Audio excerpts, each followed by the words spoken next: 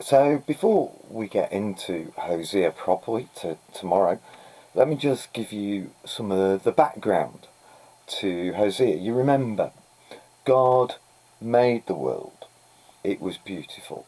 It was perfect. And he placed humanity to be his people, to know him, to enjoy him, to love him, and be loved by him. But we know we, mankind, rejected God's love. We were unfaithful to him. We walked away from the relationship. And so we read in the Bible that because of that, we face judgment. But God had a plan. He had a plan to create a renewed world. And it all came about through a man called Abram.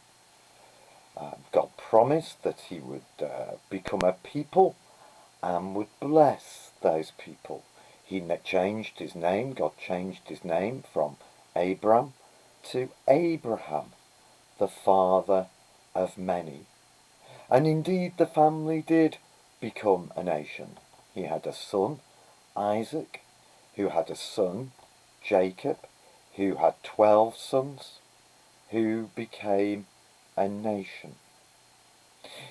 God gave Jacob a new name, Israel, and that name Israel was the name of the nation.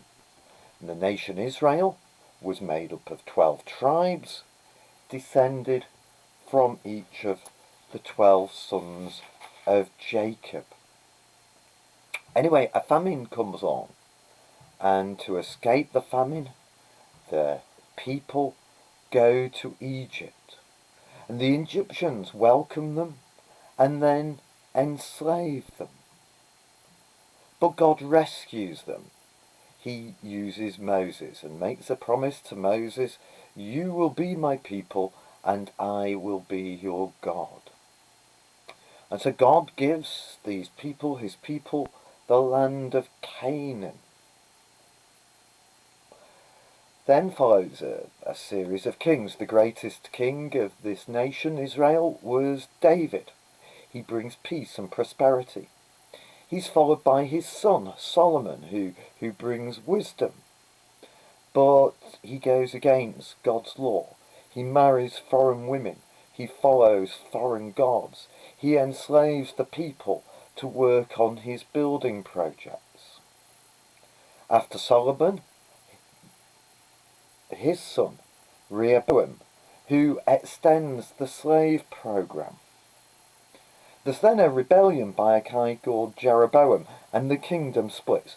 The 10 northern tribes follow Jeroboam, and we know them as Israel. The 2 southern tribes follow the Davidic line of kings and are called Judah, and Jerusalem was in Judah. Well, Jeroboam, who's king of the 10 northern tribes, he doesn't want his people nipping off to the south to go and worship at the temple at Jerusalem. So he makes 2 golden calves. He puts one in Dan and one in Bethel. If you like, they're self-invented. There then follows a succession of coups through bloodshed. And then eventually we get to King Ahab. Now, King Ahab, you'll remember, builds a palace at Jezreel, and while he's at Jezreel, he takes a vineyard, 1 Kings chapter 21, which belonged to Naboth.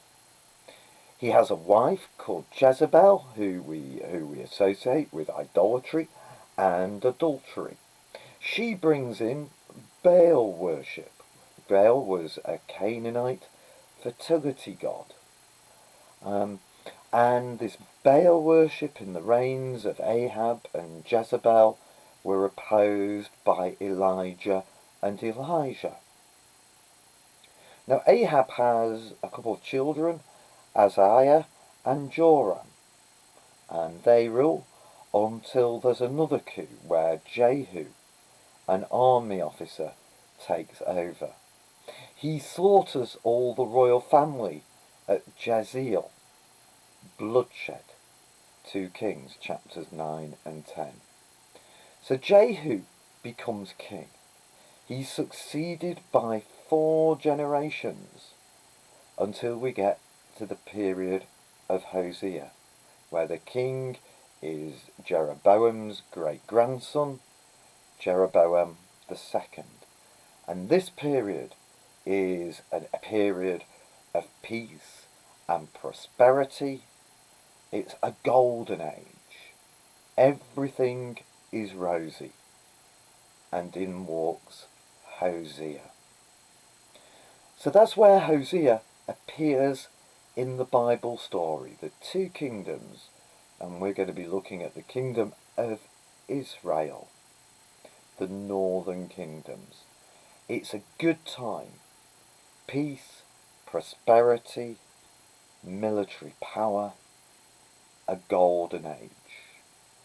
And in walks Hosea, because we're going to see that prosperity leads to spiritual adultery.